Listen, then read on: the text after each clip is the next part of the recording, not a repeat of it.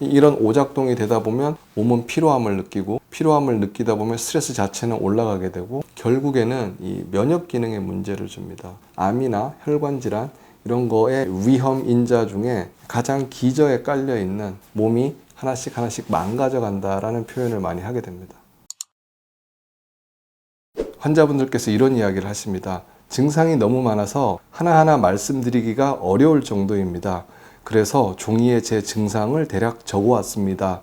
라면서 종이를 보여주시는데, 머리도 아프고 멍하고 가슴도 두근거리고 속도 좋지 않고 여기저기 아프고 체온 조절도 안 되고 식은땀도 많이 나고 이런 여러 가지 증상들을 호소하는 분들이 상당수 있습니다. 환자분들은 스트레스 때문이라고 얘기는 안 합니다. 보통은 제가 되게 예민하고 민감한 성격이긴 합니다 라는 얘기를 하고요. 제가 물어봅니다. 평소에 스트레스를 많이 받으시는지, 또는 이런 증상들이 시작될 때 과도한 스트레스, 육체적이었던 정신적이었던 화학적 스트레스가 있었는지 물어보면 곰곰이 생각을 해보시면 대부분 그런 감당하지 못할 스트레스가 있었던 것 같습니다 라는 이야기를 많이 하죠. 그런 다양한 증상들을 일으킬 수 있는 문제 중에 하나가 자율신경의 문제, 자율신경 실조증에 의한 증상일 수 있기 때문에 자율신경 검사를 하고 어떤 치료하는 방법에 대해서 설명을 드리겠습니다 라고 얘기를 하죠.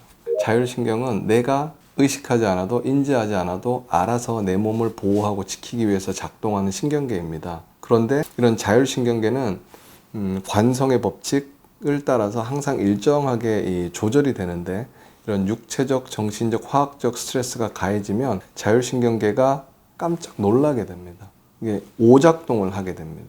이런 오작동을 하다 보면 평소에 습관적으로 무의식적으로 이루어지던 생리 현상들이 문제가 자꾸 생기게 됩니다. 예를 들어서 앉았다 일어나면 정상적으로는 아무렇지도 않아야 되는데, 이런 자율신경에 문제가 생기면 갑자기 혈압을 조절하는 능력이 떨어지면서 어지러워진다든지, 밥을 먹고 나면 이유 없이 체하게 된다든지, 두근거리거나 불안하거나 밤에 잠도 안 오고, 이런 내 의지와 관계없이 작동해야 되는 생리 현상들이 관성의 법칙으로 돌아가던 게 스트레스가 가해지면 오작동이 되면서 계속 오작동을 하게 되는 게 자율신경 실조증의 원리입니다. 이 자율신경 실조증 환자들을 매번 진료하다 보니 스트레스가 정말 무서운 것이구나 매일매일 실감하고 있습니다. 이 자율신경의 문제는 스트레스가 병이 되어가는 과정이라고 생각하셔도 좋을 것 같습니다. 그래서 이번 영상에서는 스트레스가 어떻게 병이 되어가는지를 한번 간단히 알아보겠습니다. 감당하기 힘든 스트레스는 우리 몸의 신경계 중에서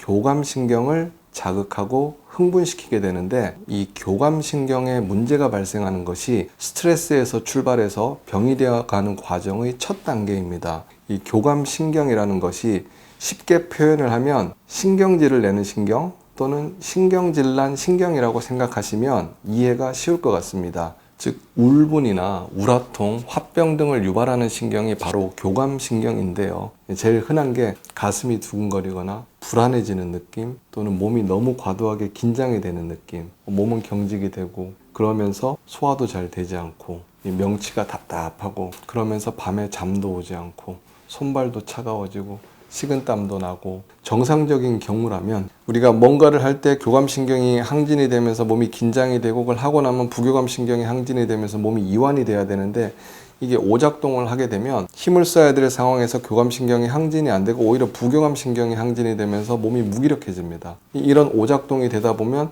몸은 피로함을 느끼고, 피로함을 느끼다 보면 스트레스 자체는 올라가게 되고, 그런 일련의 과정이 반복이 되다 보면 이제 뇌로의 혈액순환이 떨어지면서 머리가 멍해지는 브레인 포그 증상도 나타날 수 있고, 그게 더 지속이 되다 보면 뇌에서 분비하는, 또는 뇌가 우리 몸의 장기에 명령을 해서 분비하게 하는 호르몬 분비도 문제가 생깁니다. 그래서 세로토닌 같은 게 적어지면 우울증이 생길 수 있고, 불안증도 생기게 되고요. 멜라토닌 분비가 되지 않아서 수면장애도 생길 수 있고, 도파민 분비가 되지 않으면 무기력함, 우울감이 생길 수도 있는, 그거 자체가 또 2차적으로 스트레스가 될 수 있는 거고, 그래서 신체의 증상이 호르몬 분비나 몸의 밸런스를 맞추는 그런 문제까지 계속 넘어가게 되는 그런 과정이 자율신경 실조증의 증상들이나 질환이 진행되어가는 과정이라고 생각하면 될 것 같습니다.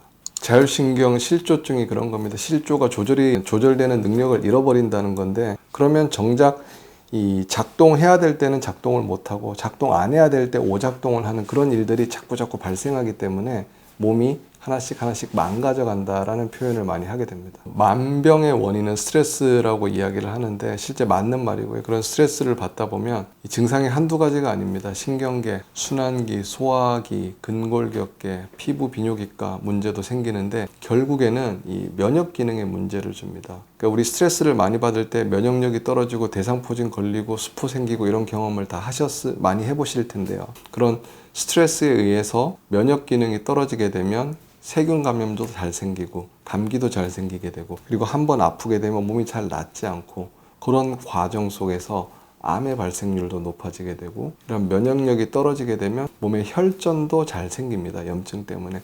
이런 혈전에 의해서 2차적으로 혈관 안에 혈전이 쌓이면 혈액순환이 떨어지게 되고 그런 혈전으로 인해서 심혈관 질환, 뇌혈관 질환 이런 것도 호발하기 때문에 암이나 혈관 질환 이런 거의 위험 인자 중에 가장 기저에 깔려 있는 대부분의 질환의 위험 인자로 기저에 깔려 있다고 생각할 수 있는 게 과도한 스트레스로 인해서 나의 자율신경계의 기능이 제대로 작동하지 않는 자율신경 실조증이 대부분은 깔려 있다고 생각하면 됩니다. 그래서 이런 위험한 암이나 심뇌혈관 질환의 위험 인자가 될 수도 있는 것입니다.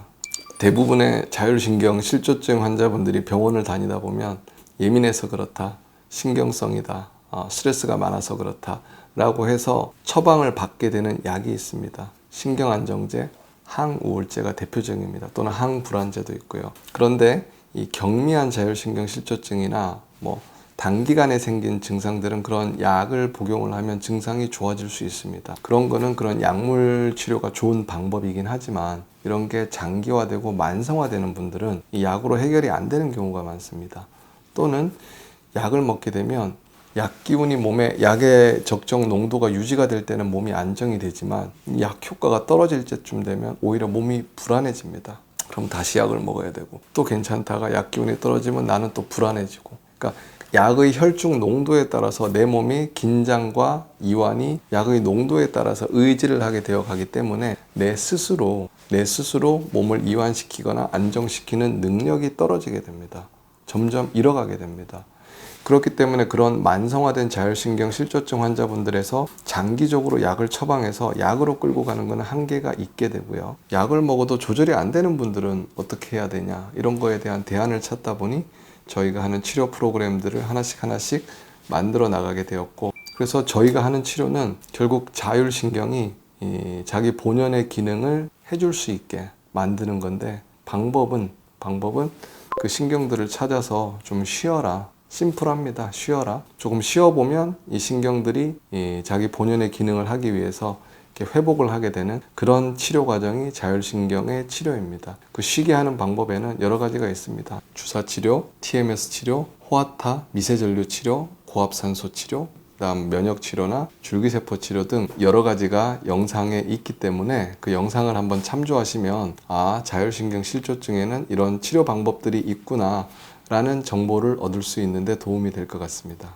이런 자율신경 치료에 대해서 실제 환자분들을 치료를 하면서 알게 된 경험들을 하나하나 정리를 하면서 나름의 치료 방법이나 노하우들을 세팅을 해가면서 저희가 지금 진료를 하다 보니 사실 자율신경 실조증 환자분들이 주를 이루고 있는 것 같고요. 자율신경 실조증 환자분들 중에 이 증상이 한두 가지가 아니기 때문에 아까 말씀드렸던 불안하고 가슴도 두근거려서 공황 발작이 올 것 같고 응급실을 가야 될 것만 같고 소화도 안 되고 밥도 못 먹고 머리도 멍하고 온몸이 아프고 이런 분들이 직장 생활은커녕 정상적으로 집에서 일상적인 생활이 안 되는 경우가 많이 있기 때문에 그 환자분들에게 조금 더 나은 의료 서비스를 제공하기에는 외래만 유지를 하는 오상신경외과는 좀 한계가 있어서 그런 분들을 외래로 2주나 3주에 한 번씩 외래 진료를 하는 거는 그런 분들에게는 정말 기다리는 게 고역일 수 있기 때문에 그런 분들을 좀 치료를 하기 위해서 단기간 집중 치료를 할 수 있게 하기 위해서 입원실을 갖춘 파주의 연세오상병원을 운영을 하고 있고요. 그래서 이 서양의학에서 주로 하는 초음파나 영상 장치를 통해서 신경을 쉬게 해주는 주사 치료와 그리고 한의학적인 침 치료 그리고 다양한 물리 치료, 줄기세포 치료나 이런 것까지 같이 하는 저희의 네트워크 병원입니다. 압구정이 본점이고 타주가 1호점이고 이런 네트워크 개념으로 병원을 확장을 하게 된 것입니다. 입원해서 양한방 치료를 할 수 있는, 그리고 조금 더 물리치료를 자주 할 수 있는, 그리고 병원에서 명상도 하고 발 마사지도 하고 찜질도 할 수 있는 이런 것들이 잘 조합이 되면 마땅한 치료 방법이 없다고 고민을 하시는, 고생을 하시는 환자분들에게 분명 도움이 될 수 있을 거라는 생각이 있습니다.